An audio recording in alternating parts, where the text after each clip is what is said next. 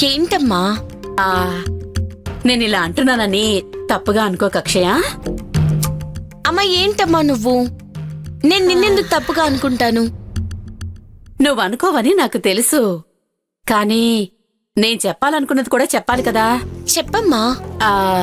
నీకు పెళ్లి జరగబోతోంది కదా.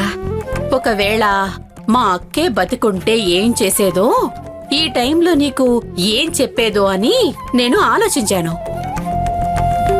అప్పుడే నాకు ఒకటి అనిపించింది అక్షయ. అదేంటో నీకు చెప్పనా? చెప్పమ్మా.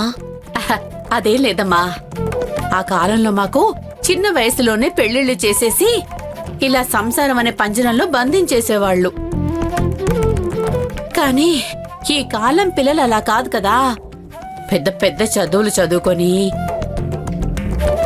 పెద్ద పెద్ద ఉద్యోగాలు చేస్తూ 2 చేతులతో సంపాదిస్తూ వాళ్ల మనసుకు నచ్చిన అబ్బాయిని చూసుకొని పెళ్లి చేసుకొని వాళ్లకి నచ్చినట్టు సంతోషంగా బ్రతుకుతున్నారు. ఏంటి నేను చెప్పేది కరెక్టా కాదా? అవునమ్మా, కరెక్టే. నువ్వు కూడా అందరిలాగే పెద్ద చదువులు చదువుకున్నావు, పైగా గోల్డ్ మెడల్ కూడా తీసుకున్నావు. ఒక పెద్ద ఉద్యోగంలో చేరి బాగా సంపాదించి నీ కాళ్ళ మీద నువ్వు నిలబడిన తర్వాత ఒక 4 ఏళ్లు ఆగి పెళ్లి చేసుకోవచ్చు కదా.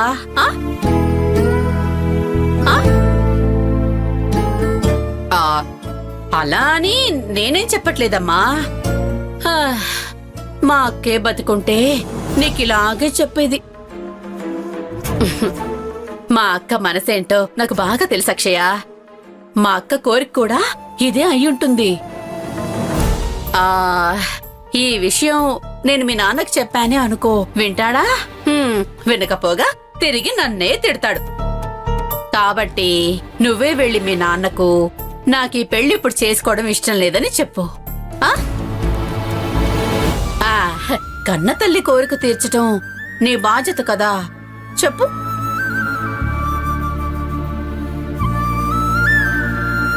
చెప్పమ్మా.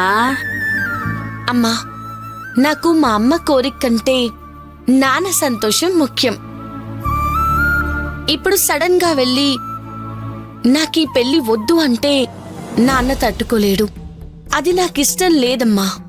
కాబట్టి నా పెళ్లి విషయంలో నాన్నిష్టమే నా ఇష్టం. నేనెందుకిలా చెప్తున్నానో అని అమ్మ తప్పకుండా అర్థం చేసుకుంటుంది. చచ్చిన మీ అమ్మ సెంటిమెంట్ తీసుకొచ్చినా కొంచెం కూడా కరగట్లేదేంటే నువ్వు మొండికటం. ఏం చేయాలి ఇప్పుడు? ఏమైందమ్మా? ఏం లేదు, మా అక్క తరపున నీ మంచి కోసం ఏదో చెప్పాను, నువ్వేమో వినట్లేదు. సరే, ఇక నీ ఇష్టం. అమ్మా, నిన్ను నాన్న పిలిచారమ్మా, రా వెళ్దాం. ఏంటంట? అమ్మా అక్షయ. నాన్న, ఇదిగో వస్తున్నాం. అమ్మా, నాన్న చాలాసేపటి నుంచి వెయిట్ చేస్తున్నారు. రా అమ్మా వెళ్దాం. నాన్న. రత్నవల్లి, చెప్పండి. నేను పంతులు గారిని కలిసి నిశ్చితాంబూలాలు మార్చుకోవడానికి పెళ్లికి ముహూర్తం పెట్టుకొని వస్తాను. ఈ విషయం చెప్పడానికే మీ ఇద్దరిని రమ్మని చెప్పాను. సరే, వెళ్ళొస్తాను. ఏమండి, ఒక నిమిషం ఆగండి. ఏంటి? అక్షయ్ పెళ్లి గురించి మీతో మాట్లాడాలి. నాన్న, అమ్మా. ఏం మాట్లాడాలి? అక్షయ్ పెళ్లి విషయంలో నన్ను అమ్మగా నా ఇష్టాయిష్టాలకు విలువిచ్చి నన్ను ఒక్క మాటైనా అడిగారండి మీరు? నువ్వు అక్షయ్కి అమ్మగా ప్రేమని పంచుంటుంటే నేను కూడా బాధ్యతగా నీ ఇష్టాయిష్టాలను కనుక్కొని నిర్ణయం తీసుకునేవాణ్ణి. కానీ నువ్వు అక్షయ్తో ఏ రోజు తల్లిలా ప్రవర్తించలేదు. సవత్తల్లిలాగా నా బిడ్డని రాచి రంపాన పెట్టావు కదా. అంటే అంటే ఏమిటి మీరనేది? అమ్మా, నువ్వు కోప్పడకమ్మా. నాన్న, ఏంటి నాన్న, బయటికి వెళ్తున్నారు కదా, ముందు మీరు బయలుదేరండి. అమ్మా, నువ్వాగు. రత్నవల్లి, అక్షయ్కి నేను ఇంత త్వరగా ఎందుకు పెళ్లి చేస్తున్నానో తెలుసా? నీ రాక్షసత్వం నుంచి నా బిడ్డని కాపాడుకోవడానికి. రేపు పెళ్ళయ్యాక కనీసం అత్తారింట్లోనైనా తను సంతోషంగా ఉంటుందన్న చిన్న ఆశతో తనకి నేను పెళ్లి చేస్తున్నాను. ఓహో, ఓహో కాదు, ఇంకో కారణం కూడా ఉంది. అదేంటో తెలుసా? పైగా అల్లుడిగా వచ్చే పెళ్లి కొడుకు నా స్నేహితుడు సత్యం కొడుకు. ఇందులో నీ ఇష్టాలతో నాకు సంబంధం లేదు. నాన్న, మీరు దయచేసి అమ్మతో ఇలా మాట్లాడకండి. అమ్మ ఎంత బాధపడుతుందో అర్థం చేసుకోరా? ఎందుకు నాన్న ఇలా చేస్తున్నారు? ముందు మీరు బయలుదేరండి. అది కాదమ్మా, నీకు తెలీదు. నాన్న ప్లీజ్, నాన్న ప్లీజ్.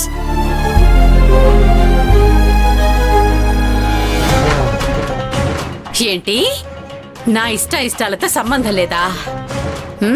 ఈ పెళ్లి ఎలా జరుగుతుందో నేను చూస్తాను. అసలు ఈ పెళ్లి జరిగితేనే కదా ఆ స్థలం అమ్మడానికి చూస్తా.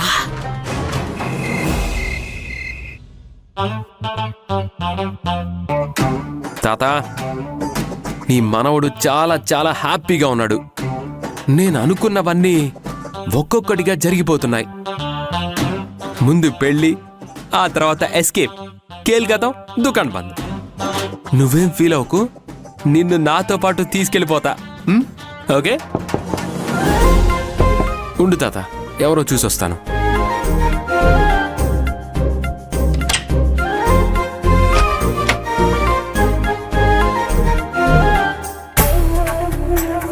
ఏంటి రాజా, బిజీగా ఉన్నావా? ఆ, నీతో ఒక విషయం మాట్లాడాలి. చెప్పండి నాన్న. అక్షయ్ వాళ్ళ నాన్న ఫోన్ చేశాడు. ఏంటి, ఏమన్నారు? నిశ్చితార్థానికి ముహూర్తం పెట్టించడానికి పంతులు గారిని కలిశాడంట. ఎల్లుండ మంచి ముహూర్తం ఉందని చెప్పాడు. నువ్వేమంటావు రాజా? ఆ, అదంతా మీరే చూసుకోండి నాన్న. అలాగే నాన్న. నాకు వీలైనంత త్వరగా పెళ్లి జరగాలి, అంతే. తప్పకుండా నాన్న. నిశ్చితార్థం అయిన తర్వాత ముహూర్తంలోనే పెళ్లికి కూడా ముహూర్తం పెట్టించేద్దాం. ఓకే నాన్న. వస్తాను. నాన్న, ఏంటి నాన్న? నిశ్చితార్థం జరగటం గురించి కానీ పెళ్లి జరగటం గురించి కానీ ఆ ఎదురింట్లో ఉన్న వాళ్ళకి సారీ ఆ ఎదురింట్లో ఉన్న నా శత్రువుకి తెలియడానికి వీల్లేదు.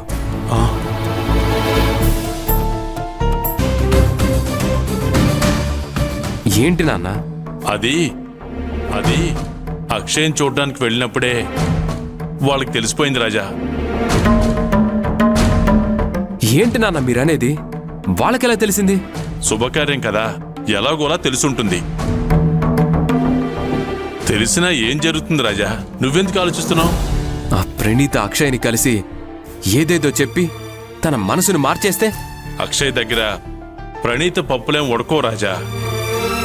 ఆ విషయంలో నువ్వు ధైర్యంగా ఉండు. లేదు నాన్న, నిలువెల్ల విషాన్ని నింపుకున్న ఆ ప్రణీత గురించి మీకింకా పూర్తిగా తెలీదు. ప్రణీత సంగతి పక్కన పెట్టు. నీకే అక్షయ్ గురించి పూర్తిగా తెలీదు. ఏంటి నాన్న మీరనేది? అవును రాజా, అక్షయ్ వాళ్ళ నాన్నని ఆ ప్రణీత అవమానించిందంట. ఆ సంగతి తెలుసుకున్న అక్షయ్య నేరుగా ఇంటికొచ్చి ప్రణీతని లెఫ్ట్ అండ్ రైట్ వాయించిందంట. తెలుసా?